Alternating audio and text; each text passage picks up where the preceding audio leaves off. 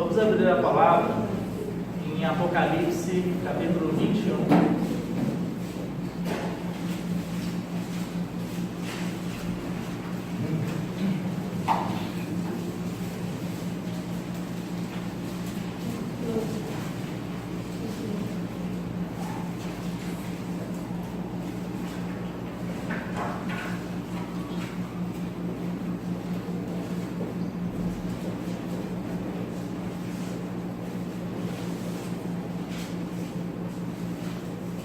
Verso 22. Vamos ler apenas este verso inicialmente. Apocalipse 21, 22. Nela não vi santuário, porque o santuário é o Senhor, o Deus Todo-Poderoso e o Cordeiro. Vamos ter mais uma palavra de oração. Os irmãos, um após o outro, em liberdade, estarem orando ao Senhor nesse momento. Senhor, te louvamos nesta noite, glorificamos a nós, pedimos que o Senhor venha revelar a tua palavra através do seu Espírito. Fala conosco, Senhor, abre os nossos olhos, o nosso coração, e nosso entendimento para dar ouvido à tua palavra.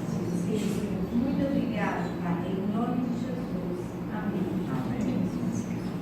Obrigado, Pai, por mais esse momento que nós oferecemos, Senhor. Te damos graças porque podemos receber assim do Senhor, cujo provento possamos, Senhor Jesus. Isso edifica confessar para a glória e isso, Pai, nós edifica para a igreja, possamos edificar cada um de nós, e nós damos glória no Senhor.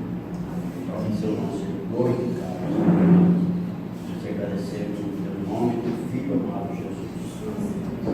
E reina para todos sempre. O Espírito Santo esteja visitando a cada um de nós. Amém. Obrigado, Senhor. Te agradecemos em nome de Jesus. Obrigado, Senhor, pela vida de cada um e da tua igreja, Senhor. Pelas semanas que passamos, guardados no teu nome, guiados pelo teu Espírito. Colocamos, Senhor, esse livro de Apocalipse, Senhor, nas tuas mãos, para que o Senhor nos dê revelação cada vez mais e mais da volta do Senhor que está nas portas, Senhor, para que nós tomamos isso para cada dia refletindo na tua vida, Senhor. Trabalho nosso, Senhor, por tua voz, Senhor. Amém. Senhor amado,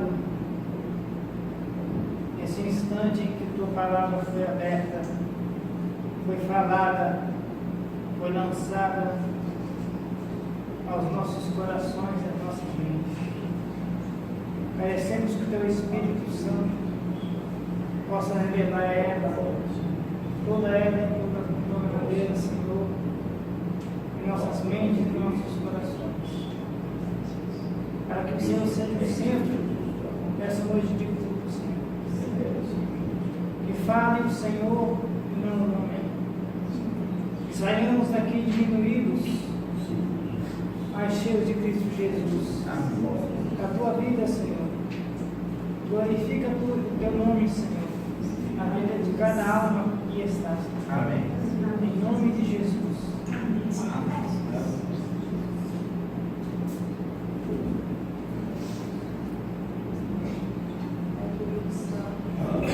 Te louvamos, Senhor, a cada momento, Senhor. Queremos agradecer, Senhor, pela obra perfeita do Senhor que é realizada. Amém. Senhor, quebrantar todos os nossos corações, Senhor. Queremos agradecer, Senhor, pela oportunidade, pelo livre acesso que podemos ter à tua palavra, Senhor. Amém. Está podendo congregar, Senhor, está podendo entender, Senhor, a tua palavra, Senhor. Amém. Queremos pedir, Senhor, que o Senhor nos desvie deste mundo, Senhor, que possamos estar ligados somente na tua palavra, Senhor. Amém. Pedimos também, Senhor, que o Senhor venha usar o teu servo, Senhor, que ele venha passar algo de ti, não do homem, Senhor, para nós, Senhor. Amém. E te agradecemos em nome do Senhor Jesus Cristo. Amém.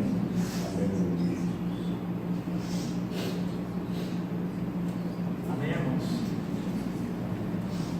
Nós temos estudado, nos dedicado algum tempo já ao livro de Apocalipse e agora nós chegamos ao capítulo 21. O início desse capítulo 21 é muito interessante porque ele vai falar sobre novos céus, nova terra.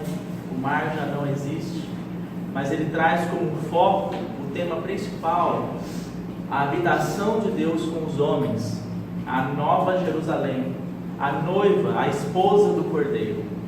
O texto que nós lemos inicialmente, de Apocalipse 21, 22, fala que nessa cidade santa, e eu não vou entrar aqui nos aspectos dela, não é o nosso objetivo hoje, talvez façamos isso na quarta-feira, mas essa cidade santa não tem um santuário, ela não precisa, porque Deus e o Cordeiro são o seu santuário. E no verso 3 é muito importante também nós compreendermos que é inserido pelo Espírito de Deus a palavra tabernáculo. Deus tabernaculará com os homens. Essa nova Jerusalém, essa cidade celestial, ela não permanece nos céus, mas é dito que ela está ataviada como uma noiva e ela desce, ataviada. Ou seja, essa nova cidade será estabelecida no novo céu e nova terra, que serão formados pelo Senhor, porque o primeiro céu e a primeira terra já terão passado. Irmãos, esse tema da habitação de Deus com os homens é o tema central das Escrituras. Quando nós vemos lá no Jardim do Éden, o Senhor criou um jardim, colocou o homem e a mulher para que cuidassem daquele jardim, E a palavra diz que o Senhor, na viração do dia, vinha estar com o homem. Então o homem podia desfrutar da presença do Senhor diariamente. Não havia nenhum sacerdote que se interpunha, nenhum sacerdote humano. Era Deus e o homem caminhando juntos. Mas o pecado faz separação. E a transgressão da palavra de Deus trouxe esta consequência terrível. A degradação humana que nós temos visto aí, ela é o resultado da separação entre o homem e Deus. Nós queremos, irmãos, vencer o pecado, nós queremos andar de maneira íntegra, segundo a palavra de Deus, nós devemos estar com o Senhor, habitar com o Senhor, andar com o Senhor. Essa instrução da parte da palavra, ela é muito abundante, Quando o Senhor diz, andai no Espírito, e jamais satisfareis as concupiscências da carne. Mas o inverso desta palavra também é muito importante e verdadeiro. Se não andarmos no Espírito, nos entregaremos à satisfação da nossa carne. E nesse texto que eu estou citando para os irmãos de Romanos 8, é muito claro que diz que o pendor da carne, que o caminhar na carne dá para a morte. E o caminhar no Espírito resulta na vida em Cristo Jesus. Então essa separação entre Deus e o homem, que foi feita por causa da transgressão, por causa do pecado, ela foi restabelecida lá na cruz. Porque lá na cruz a palavra diz que Deus estava promovendo consigo mesmo a paz entre ele e os homens, pela cruz do nosso Senhor Jesus. O inocente sendo entregue pelos pecados dos homens, aquele que não tinha pecado algum, se fez pecado por nós, para que nós pudéssemos desfrutar da sua vida. Então, especificamente falando sobre a habitação de Deus com os homens, eu gostaria nessa noite de nós tomarmos um modelo terreno para vermos a grandeza e a preciosidade desta Jerusalém celestial. A Bíblia traz um modelo terreno. Eu gostaria de abrir alguns textos com os irmãos para nós compreendermos isso. Abra a sua Bíblia aí em Hebreus capítulo 3. Tabernacular significa estabelecer uma residência, estabelecer uma moradia, Abra sua Bíblia em Hebreus capítulo 3. Vamos ler a partir do verso 1. Por isso, santos irmãos, que participai da vocação celestial, considerai atentamente o apóstolo e sumo sacerdote da nossa confissão, Jesus, o qual é fiel àquele que o constituiu, como também o era Moisés em toda a casa de Deus. Jesus, todavia, tendo sido considerado digno de tanto maior glória do que Moisés, quanto maior honra do que a casa tem aquele que a estabeleceu. Pois toda a casa é estabelecida por alguém, mas aquele que estabeleceu todas as coisas é Deus. E Moisés era fiel em toda a casa de Deus como servo, para testemunho das coisas que haviam de ser anunciadas. Cristo, porém, como filho em sua casa, a qual casa somos nós, se guardarmos firme até o fim a ousadia e a exultação da esperança. Então, o tema dessa passagem é casa, dizendo que Moisés foi estabelecido como servo em uma casa, para testemunho das coisas que haveriam de vir. Mas Cristo tem muito maior honra e muito maior glória do que Moisés, porque Ele é o que estabelece todas as coisas. E Cristo é o Filho, ao passo que Moisés é o servo nessa casa. Então, nós já pensamos aqui no primeiro tema que nós vamos utilizar nesta noite. Casa de Deus.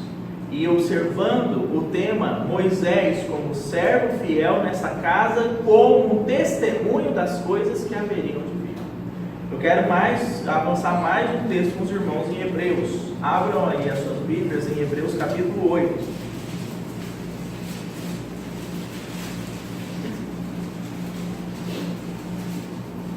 Vamos ler a partir do verso 1.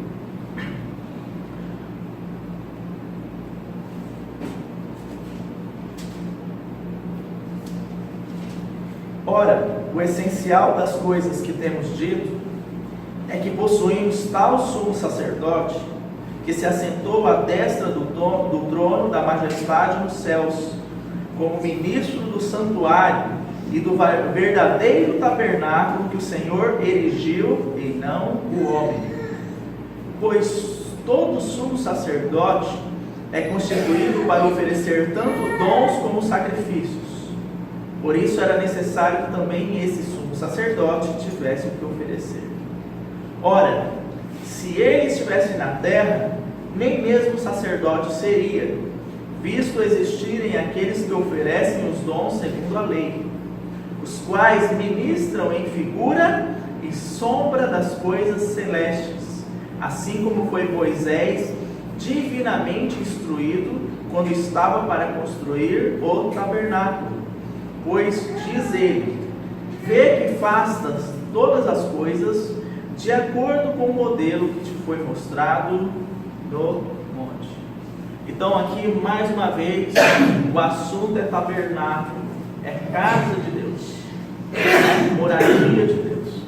E pelo que nós podemos ver, Cristo é ministro de um tabernáculo verdadeiro, superior, que não foi erigido por mãos humanas. Ou seja, os trabalhadores judeus, sob o comando de Moisés, não conseguiriam jamais edificar esse tabernáculo celestial. Mas o tabernáculo que eles edificaram no deserto, ele era um modelo, como o Senhor diz: vê que faças todas as coisas relacionadas ao tabernáculo, na verdade, relacionadas à lei, de acordo com o modelo que te foi mostrado no monte. Em outras palavras, irmãos, nós temos às vezes, falando aí do plano da arquitetura, da engenharia, nós queremos ver como que uma construção vai ficar finalizada, como ela será no plano real. Antes eles usam o quê? A maquete. Eles fazem uma miniatura, uma maquete, um modelo de algo que ainda vai se estabelecer do real. Veja bem, ninguém vai morar dentro da maquete, ninguém vai transitar dentro da maquete. Ela é uma figura, ela é uma sombra do verdadeiro. Esse princípio é importante para nós, porque lá em Apocalipse 21 nós estamos falando que Deus tabernaculará com os homens. Essa é a grande promessa, esse é o anseio da igreja. A noiva, agora esposa, unida ao Cordeiro por toda a eternidade, após a restauração de todas as coisas. Então, dentro desse princípio, vamos olhar a maquete, vamos olhar o modelo para vermos, né, a tradução da realidade. A realidade está em Apocalipse 21, mas o modelo está em Êxodo capítulo 25.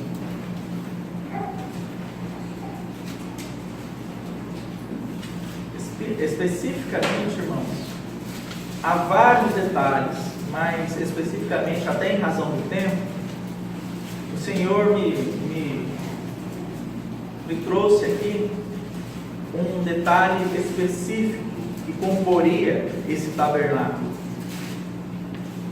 Vamos ler Êxodo capítulo 25, a partir do verso 10.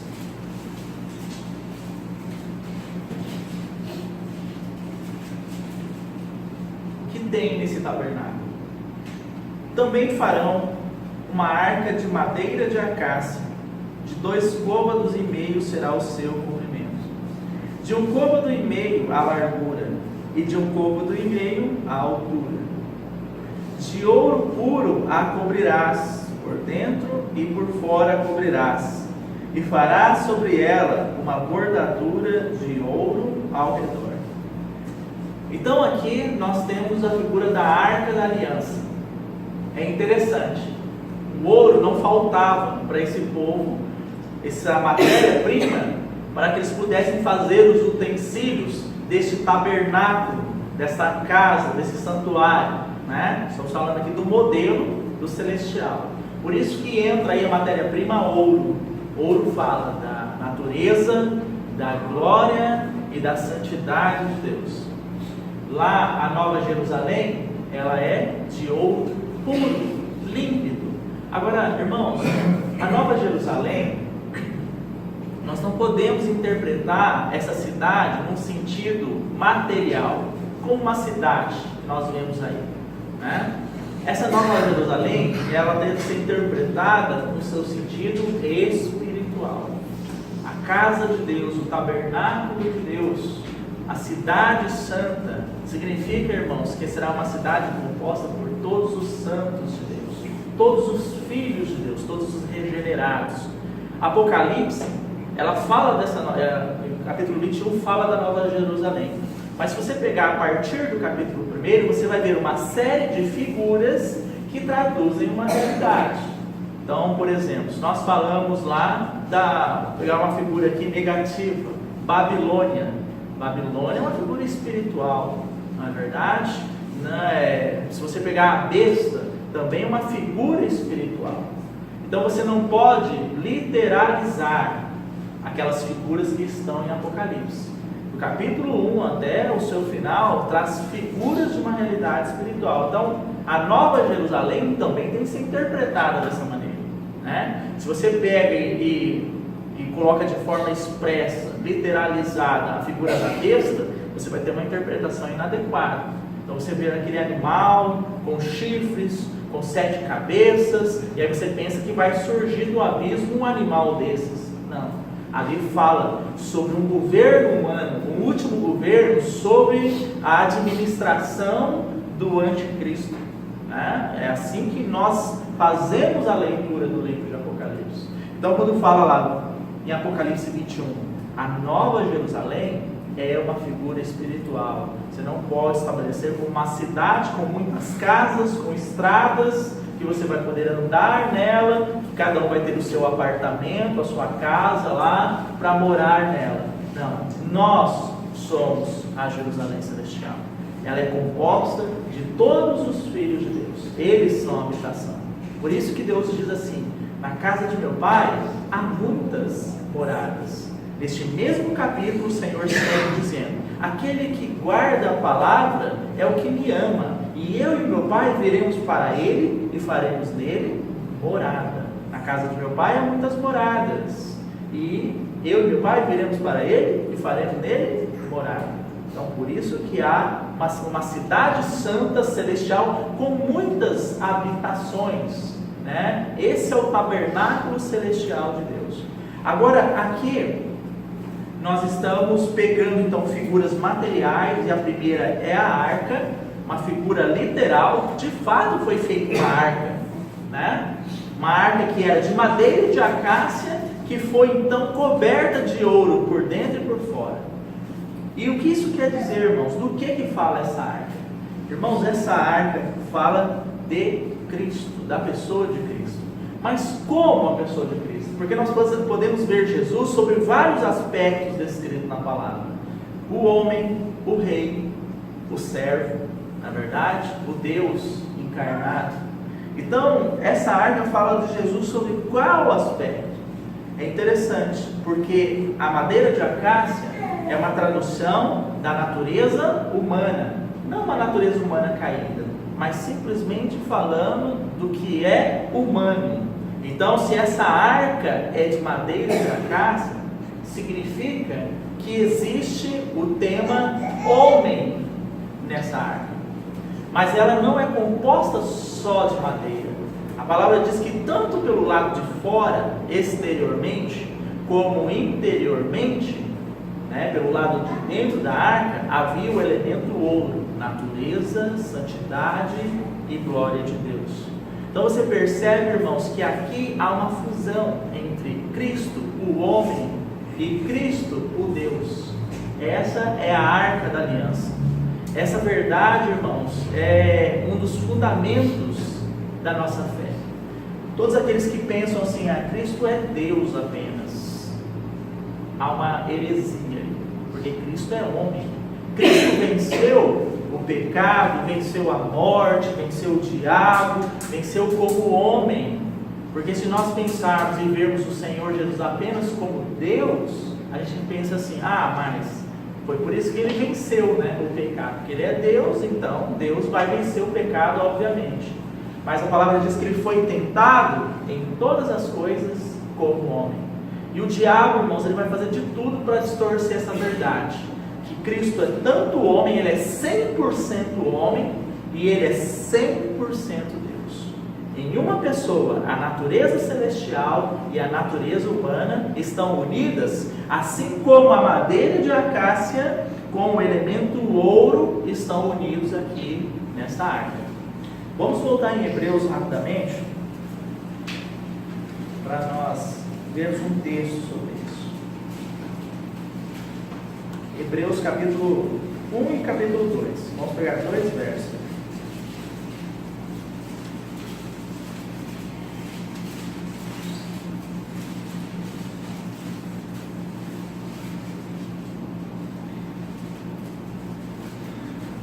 Vamos ler o capítulo 1, a partir do verso 1. Havendo Deus outrora falado muitas vezes e de muitas maneiras aos pais pelos profetas, nesses últimos dias nos falou pelo Filho, a quem constituiu herdeiro de todas as coisas, pelo qual também fez o universo. Então aqui nós estamos vendo, saltando para nós, o aspecto celestial, do nosso Senhor Jesus. Veja aí, Ele é o resplendor da glória de Deus.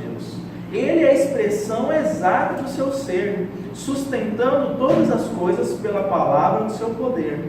Depois de ter feito a purificação dos pecados, assentou-se à direita da majestade nas alturas, tendo se tornado tão superior aos anjos quanto herdou mais excelente nome do que eles. Então ele é o resplendor da glória, ele é a expressão exata de Deus, não é verdade? Agora, se você avança um pouco mais, no capítulo 2,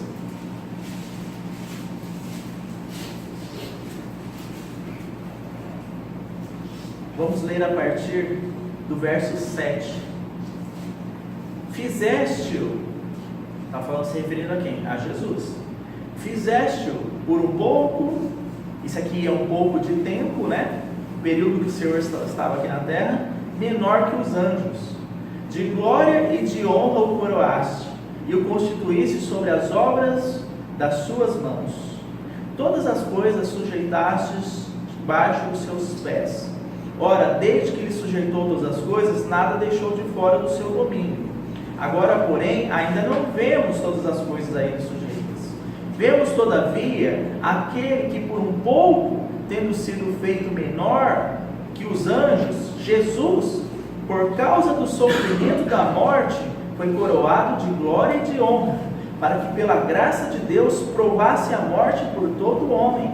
Porque convinha que aquele por cuja causa e por quem todas as coisas existem, conduzindo muitos filhos à glória, aperfeiçoasse por meio dos sofrimentos o autor da salvação deles.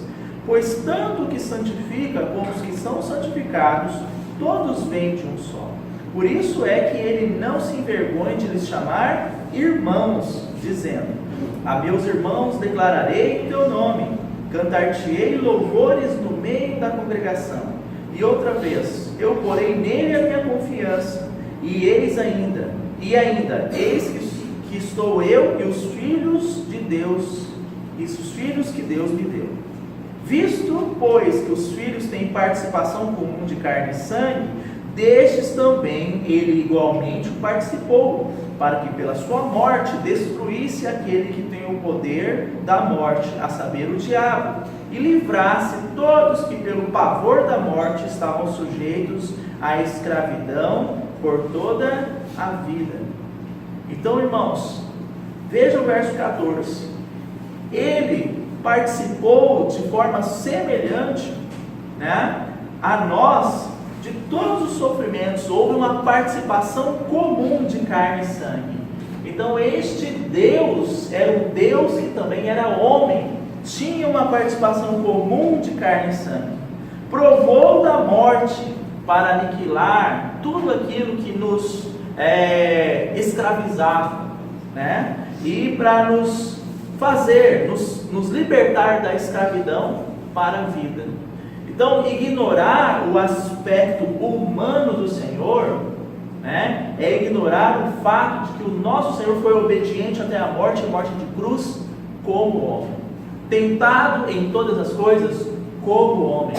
E em tudo aquilo que que Adão falhou, Cristo venceu como homem.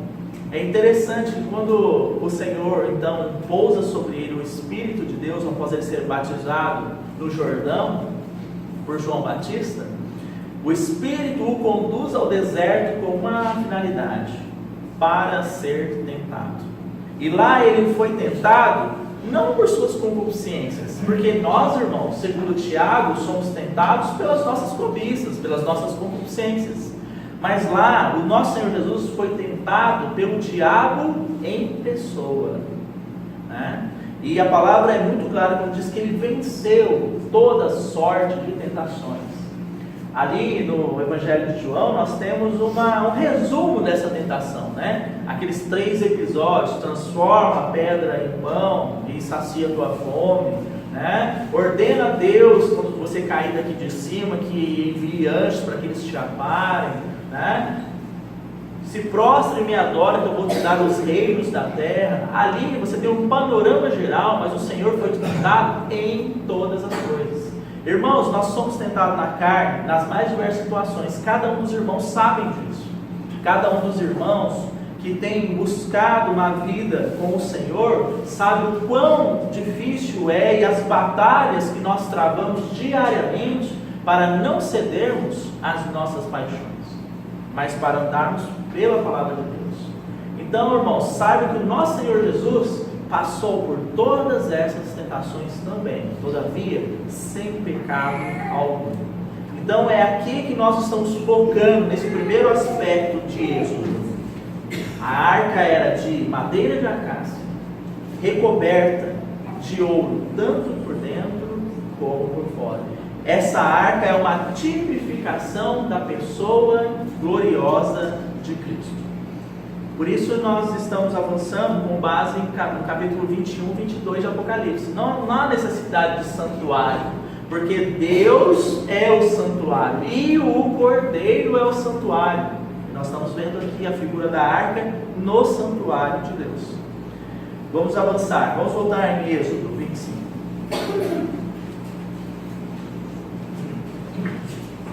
Fundirás, Êxodo 25, agora versículo 12. Fundirás para ela 4 argolas de ouro, e as porás nos 4 cantos da arca, 2 argolas num lado dela e 2 argolas no outro lado. Então, nessa arca, nos 4 cantos dela, haveriam argolas de ouro fundidas a ela. A gente vai estudar o significado dessas argolas daqui a pouco, mas é importante os irmãos observarem que aí aparece e a ênfase é o número 4. Na Bíblia, o número 4, ele deve ser visto e lido da seguinte forma: 3 mais 1.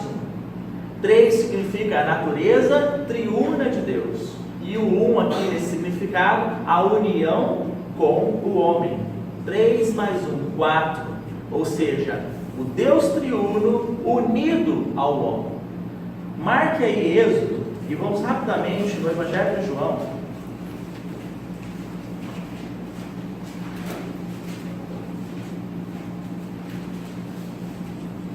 João capítulo 17.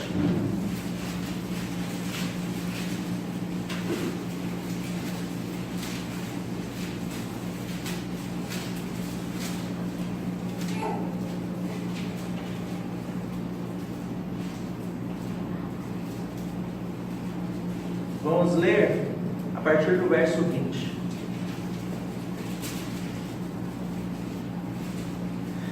Não rogo somente por estes. Aqui é a oração sacerdotal do nosso Senhor Jesus. Não rogo somente por estes. Está falando quem? Aos apóstolos, aos discípulos, aos irmãos que caminhavam com ele naquele tempo que ele esteve aqui na terra. Mas também por aqueles que vierem a crer em mim por intermédio da sua palavra. Aqui ele está falando de todos nós. A fim de que todos sejam um, e como és tu, ó Pai, em mim e eu em ti, também sejam eles em nós, para que o mundo creia que tu me enviaste. Eu lhes tenho transmitido a glória que me tens dado, para que sejam um como nós o somos, eu neles e tu em mim, a fim de que sejam aperfeiçoados na unidade, para que o mundo conheça que tu me enviaste e os amaste como também amaste a mim, a fim de que todos sejam eu neles, tu em mim. Então Cristo é o ponto de encontro entre Deus e os homens. Agora a cidade celestial do capítulo 21 de Apocalipse está sendo desenhada para nós. Deus tabernaculará com os homens. Deus habitará com os homens. Os homens serão a sua habitação, em razão desta união, esta unidade entre Deus, Cristo, os homens em um só Espírito. Vamos voltar para isso. Este é o grande privilégio. Irmãos, e nós não conseguimos medir, mensurar este privilégio de sermos habitação de Deus, de sermos tabernáculo, santuário de Deus. Para nós, na nossa experiência, digamos assim, medíocre acerca da palavra do Senhor, nós nos contentamos com uma vida de pura e simplesmente ouvir a palavra, de repente ler as Escrituras diariamente, e nos preocupamos em não andarmos de maneira inadequada às Escrituras. Mas você vê, irmãos, que todos esses aspectos são secundários ao fato de que no eterno propósito de Deus, Ele teve no seu coração habitar com os homens.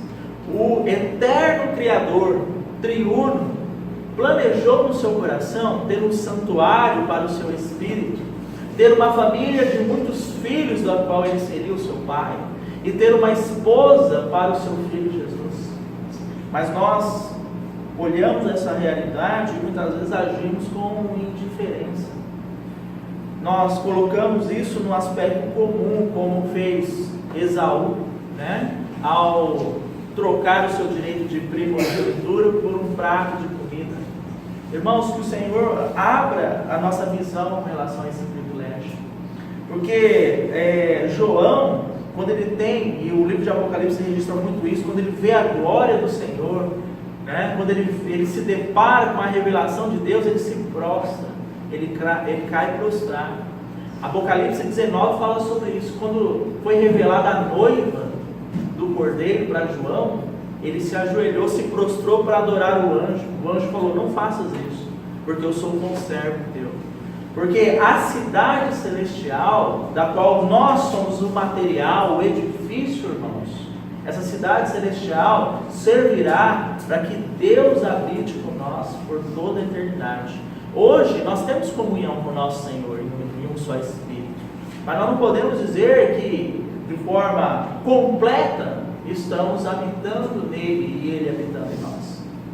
Vai chegar esse dia desta união eterna, perfeita, né? E santa. Mas voltando aqui para o nosso texto de Êxodo, capítulo 25, nós vimos então a figura dessas argolas. Qual era a utilidade delas? Veja aí o verso 13. Farás também varais de madeira de acácia e os cobrirás de ouro. Meterás os varais nas argolas aos lados da arca, para se levar por meio deles a arca. Os varais ficarão nas argolas da arca e não se retirarão dela. Então, essas argolas tinham uma serventia: ser suporte para que 2 varões fossem atravessados por elas, para que a arca pudesse ser transportada pelos levitas. Porque lembrem-se, irmãos, que esse tabernáculo ele foi edificado no deserto, no caminho entre o Egito a Nova Canaã. Então o Senhor determinou que esse tabernáculo fosse feito e que esses utensílios fizessem parte desse tabernáculo. O deserto é uma representação do mundo, como nós temos visto hoje. Lá em Apocalipse 12, diz que aquela mulher que gerou o filho varão, ela foge para o deserto, porque ela está sendo perseguida pelo dragão. Então lhe são dadas asas como de águia, e ela foge para o deserto, né? E diz lá que na perseguição desse dragão, ele arrojou sua boca com a água para tentar consumir a mulher, mas a terra ajudou essa mulher. Então a figura do deserto é uma figura do mundo hoje. Então hoje, irmãos, nós somos libertos do império, né, das trevas, da escravidão do pecado, e nós estamos em marcha, como se nós estivéssemos indo para Canaã, mas a nossa Canaã é celestial, é uma figura da plenitude de Cristo. Por isso que a oração de Paulo em Efésios a minha oração é para que vocês tenham pleno conhecimento de Cristo, para que vocês atinjam a plenitude, a estatura da plenitude de Cristo, porque Canaã representa isso. Então a nossa marcha pelo deserto, ela serve para quê? Para que neste deserto Cristo possa ser formado em nós cada dia mais. E a arca faz parte desse trabalhar. O tabernáculo faz parte dessa realidade do deserto que nós temos atravessado hoje, até a nova Jerusalém, que desce do céu, ataviada como uma noiva, né? Então essa arca deveria ser transportada pelos levitas. Agora, irmãos, pense no seguinte: não era leve esse utensílio. Então os levitas pegavam em 4, eles colocavam esses varais nos seus ombros e transportavam essa arca pelo deserto. Imagine o seguinte, que se não houvesse uma coordenação nesse transporte, o que aconteceria? Essa arca poderia cair, né? Então imagine um levita mais alto. Nós temos lá o nosso irmão lá. O seu nome mesmo, irmão? Você é do fundo aí. Gomir, né? Nosso irmão Gomir, olha a altura dele. Aí nós vamos pegar aqui o Zaqueu. Imagina numa ponta do varão lá, o irmão Gomir, e na outra ponta o Zaqueu, né? Irmãos, o que ia ter que acontecer com o Gomir? O que ele ia ter que fazer? Ele ia ter que se abaixar, né, para ficar da altura do Zaqueu, para equilibrar aquela arca. Isso ia exigir dele uma força muito maior, um desgaste muito maior. E isso está relacionado, irmãos, ao testemunho da igreja. Hoje nós estávamos lendo algo acerca disso, em 1 Coríntios, né, quando diz que os irmãos devem suportar as perdas e os prejuízos, né, e negar a si mesmo nesse aspecto do caminhar da igreja, trazendo testemunho consigo, significa, muitas vezes, nós darmos o suporte para o irmão. Porque se os irmãos não se coordenassem no transporte, no testemunho, o que iria acontecer? O testemunho não ficaria adequado, a arca ia ficar caindo, não é verdade? Os elementos estariam lá dentro, caindo ao chão. Então, esses varões iriam coordenar essa situação. Os levitas teriam que trabalhar em unidade. Em unidade, essa é a palavra. Embora muitos, somos um só pão, diz a palavra. Nós somos um em Cristo Jesus. E esse aspecto da unidade que é traduzido aqui por esses varões, né, que serviam de transporte, é aquele aspecto que o Senhor fala em Efésios capítulo 4. Há um só Senhor, há um só Espírito, há uma só fé. E lá é dito que nós devemos nos esforçar por manter esta unidade, este vínculo, né? Esforçar implica o quê? Esse exemplo que eu dei aqui dos dois irmãos. Um cede aqui, outro cede ali, com um propósito apenas: o adequado testemunho. O adequado testemunho. Tinha como um chegar primeiro e o outro depois, irmãos? Com essa arca? Imagine, se o irmão lá de trás, não, eu vou correr, eu vou acelerar. O Zaqueu ia cair no chão, né? Todos tinham que chegar juntos, porque esta é a realidade da igreja. Não tem uma corrida em que um ganha e o outro perde. Não é uma Olimpíada aqui, né? Na vida da igreja, a palavra diz assim, que nós devemos dar suporte uns aos outros.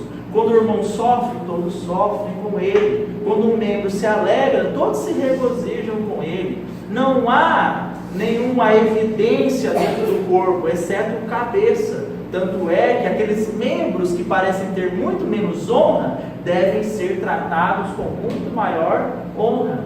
Cuidar uns dos outros, pastorear uns aos outros. Vocês estão vendo, irmãos? A vida cristã não é uma carreira solo. Eu vou bem com Cristo aqui, a igreja que se vire, não importa que eu estou bem. Não, a vida cristã é um cuidado mútuo, irmãos. É cada um desses levitas levando a arca juntos e se preocupando com o que está segurando o varão lá atrás, se ele está bem lá atrás, né? Se ele não está bem, abaixa um pouco para ele ficar mais aliviado. Olha aí, ó, né? O irmão maior, mais alto, um irmão, vamos colocar no sentido espiritual, mais maduro, abaixa para aquele irmão subir nas costas dele, para ele ter uma visão mais ampla, não é verdade? Então, essa é a realidade aqui desse transporte desses varões. Mas vamos avançar um pouco mais. E porás na arca o testemunho que eu te darei. Você está vendo? A arca fala de um testemunho. Irmãos, o que a igreja é segundo o Novo Testamento? Filipenses. O apóstolo Paulo vai dizer que a igreja, ela é a coluna e o baluarte da verdade. O que é coluna? É algo que dá sustentação. Em outras palavras, a igreja é o testemunho de Deus aqui na terra. Então, essa arca, porás na arca o testemunho que eu te darei. Então, vamos trazer para o exemplo aqui. Essa arca era transportada pelos levitas. Nós somos a figura dos levitas. A arca, como eu disse, é uma figura de Cristo. Não é verdade? Então, onde quer que nós vamos, nós trazemos o quê? O testemunho de Cristo. Por isso que em Atos dos Apóstolos, a palavra diz que os irmãos perseveravam na doutrina dos apóstolos. O que era essa doutrina dos apóstolos?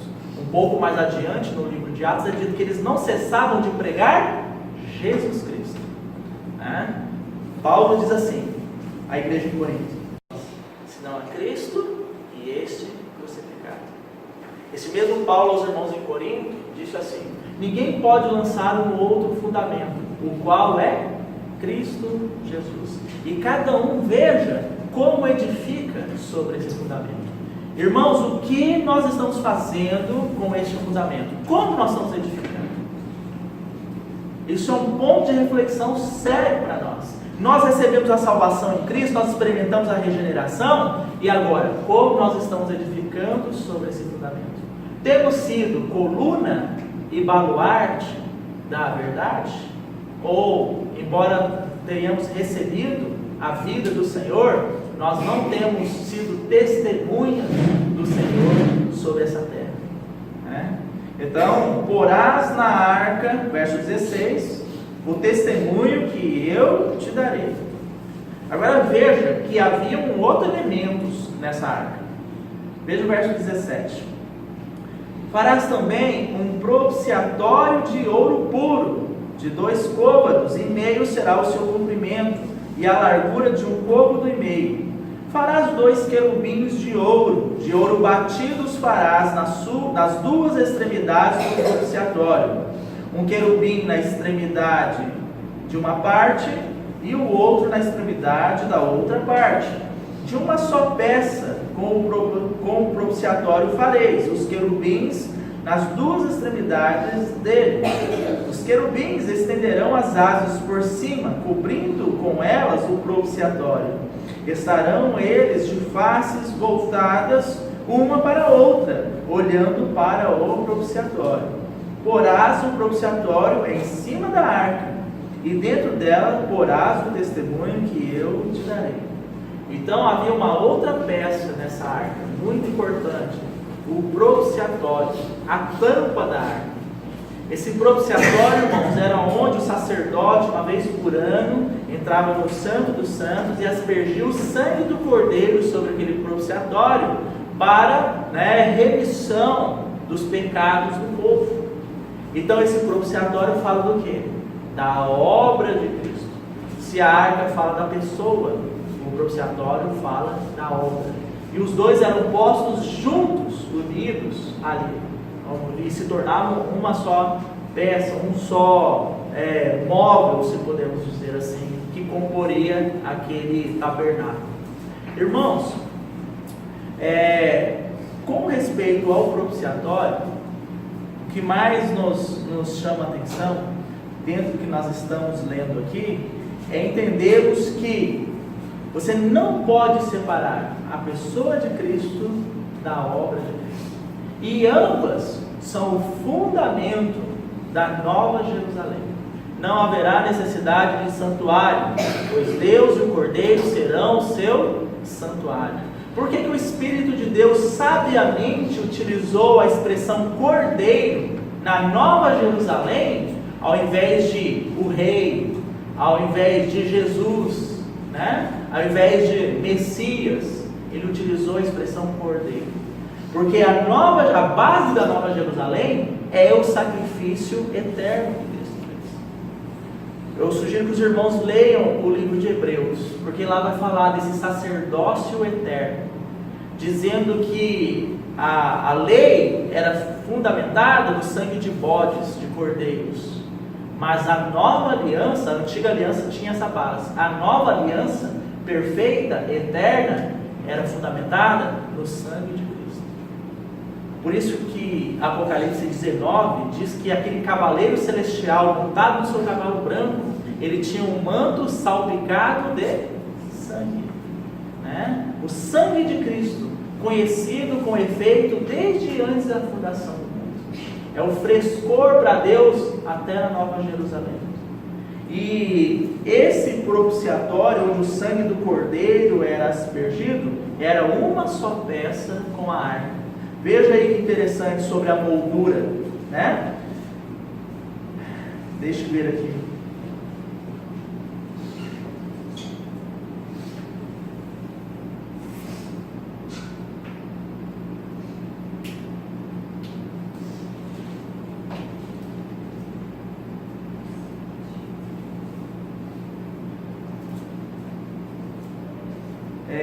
Verso 11, quando vai falar da arca, diz que nela havia uma bordadura, de ouro puro cobrirás, por dentro e por fora cobrirás, e farás sobre ela uma bordadura de ouro ao redor.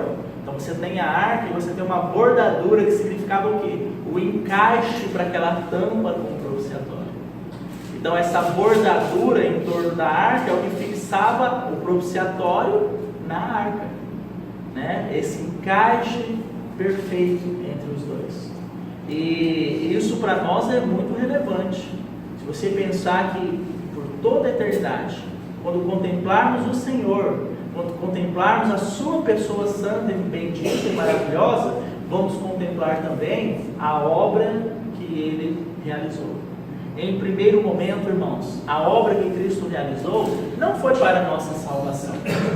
Porque se nós olharmos em Êxodo, quando o povo foi liberto do Egito, diz que haveria necessidade de um cordeiro ser imolado na última praga. O sangue desse cordeiro seria passado nos umbrais das portas. E então aquela praga passaria por toda a terra do Egito, e nas casas que tivesse aquele sangue no umbral da porta, a praga não entraria, não haveria morte ali. Só que pensem, irmãos, o umbral da porta para o lado de fora. Então o sangue é para Deus, o sangue do cordeiro, não é para nós, porque as pessoas estavam dentro da casa, comendo ali do cordeiro, né, daquele animal que foi preparado segundo as instruções de Deus. Eles estavam ali comendo aquele cordeiro, né, porque isso é uma figura do quê? Quem não come da minha carne, não bebe do meu sangue, não tem parte comigo. Eu sou o pão, o verdadeiro maná que foi enviado da parte de Deus, né? Então nós devemos nos alimentar. Quem de mim não se alimenta, né? Quem de mim se alimenta, por mim viverá. Então o povo estava ali dentro comendo a carne do cordeiro, e o sangue estava passado pelo lado de fora, que era para a satisfação do nosso Deus, né? Então é muito importante essa questão da bordadura e esse propiciatório com esse sangue compondo esse santuário, como uma figura, como um modelo da Nova Jerusalém. Agora, para nós encerrarmos, é importante dizermos, irmãos, que este móvel, ele trazia consigo o testemunho. E que testemunho era esse? Ali diz que havia o cajado de Arão que floresceu. Ali diz que foi colocado dentro da arca o cajado de Arão que floresceu, né? Foi colocado o maná que Deus concedeu ao povo no deserto, e que foi colocado as tábuas da aliança. Então você tem esses três elementos dentro da arca. Isso também é muito belo, porque o cajado de Arão que floresceu fala do poder vivificador do nosso Senhor. Então ele mesmo diz lá no Evangelho de João, né? O meu Pai concedeu a mim dar vida, né? Então o poder vivificador de Cristo. Mas ali também você tem o maná, dizendo que o nosso Senhor é o nosso alimento. Como eu disse, quem de mim se alimenta, por mim viverá.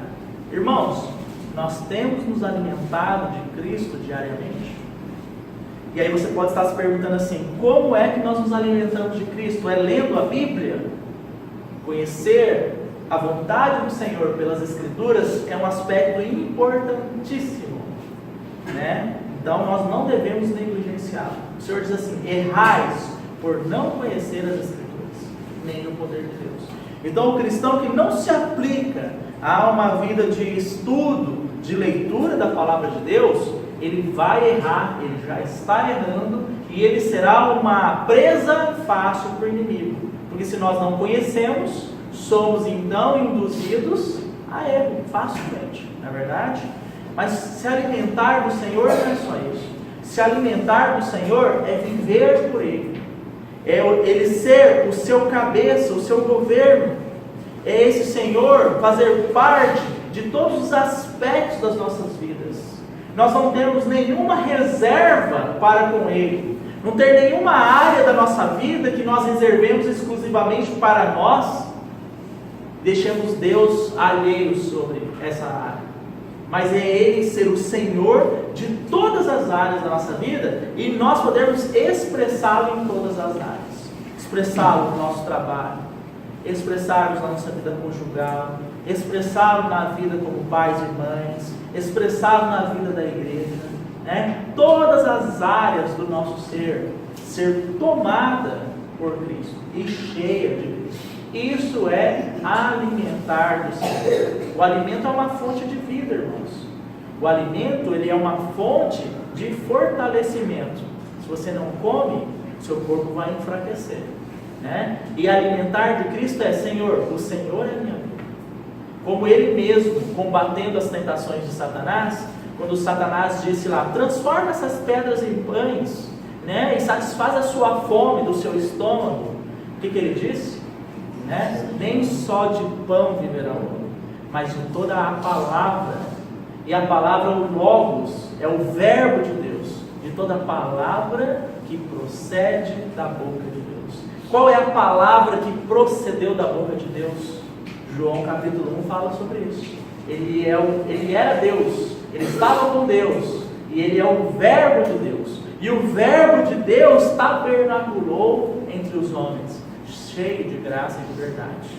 Então isso é o alimentar. Então você tinha o maná, você tinha o cajado de Arão, e você tinha as tábuas da lei, ou seja, a palavra do Senhor, né? Como eu acabei de dizer aqui, o Senhor, ele não é só o nosso alimento, mas ele é a expressão exata do ser de Deus. Você quer conhecer o Deus Santo, Deus Eterno?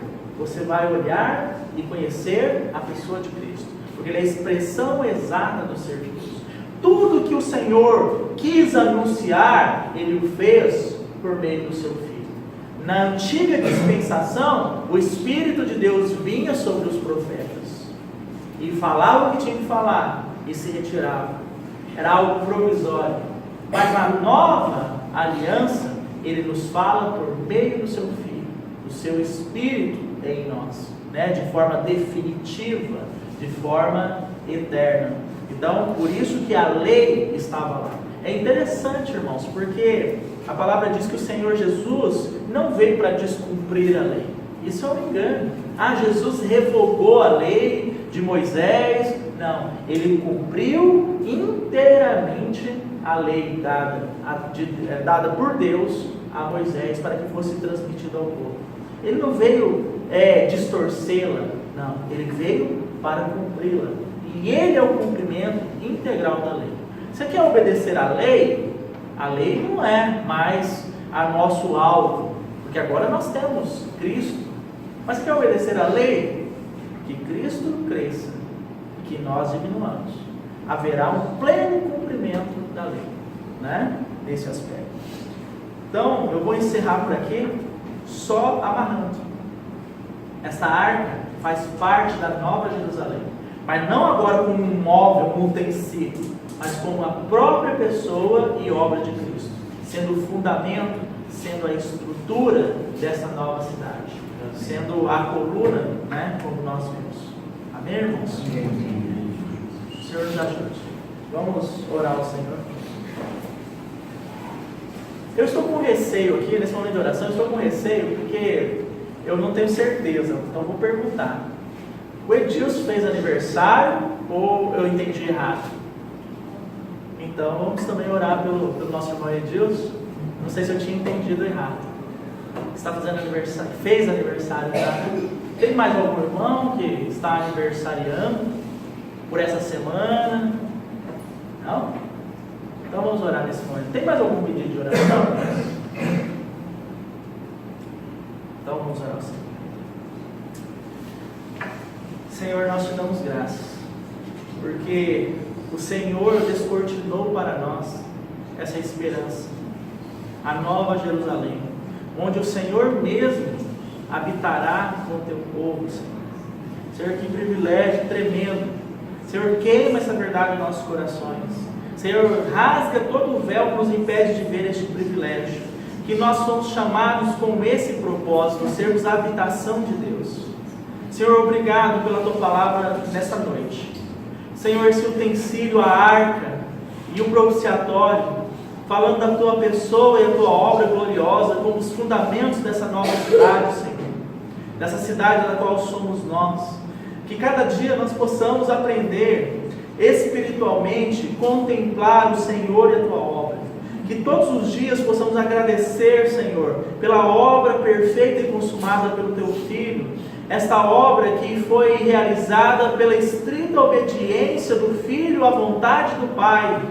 Por isso esse propiciatório de ouro puro, Senhor, porque é uma iniciativa pura e exclusivamente dos céus. Deus amou o mundo de tal maneira que deu o seu Filho. Ó Senhor Jesus, revela-nos, Senhor, essa verdade. trabalhe em nossos corações. Que os nossos joelhos sejam dobrados todos os dias, contemplando o Senhor, contemplando a Tua obra.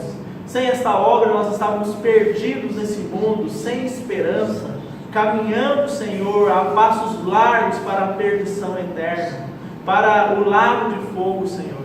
Mas o Senhor, pela Tua graça, nos alcançou e nos revelou esta obra da graça e nos confiou, Senhor, este privilégio do chamamento, Senhor, para que, na dependência de Ti, possamos desenvolver a salvação.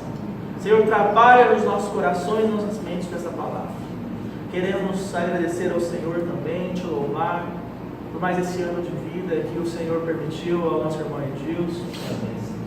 Senhor, por Tua graça, esteja crescendo cada dia mais nele. Que o Edilson diminua cada dia mais e que Cristo cresça, Senhor. Se revela a Ele, revela a Tua obra cada dia mais nele. Que tudo aquilo, Senhor, que não provém de Ti, que o Senhor possa, pela Tua graça e misericórdia, remover. Porque o Senhor tem feito isso na Tua igreja. O Senhor tem aperfeiçoado a Tua igreja pela Tua palavra, Senhor, pelo Teu lavar, pelo Teu cuidado, Senhor. Senhor, a Tua palavra diz que o Senhor alimenta e cuida da Tua igreja. E o substrato deste alimento é o Senhor mesmo. Então o Senhor seja o alimento do Edilson cada dia mais. Que ele encontre prazer no Senhor cada dia mais, ó Pai. Em nome do Teu Filho amado Jesus, nós agradecemos o Senhor e confiamos ao Senhor essa semana. Em nome de Jesus. Amém, Senhor.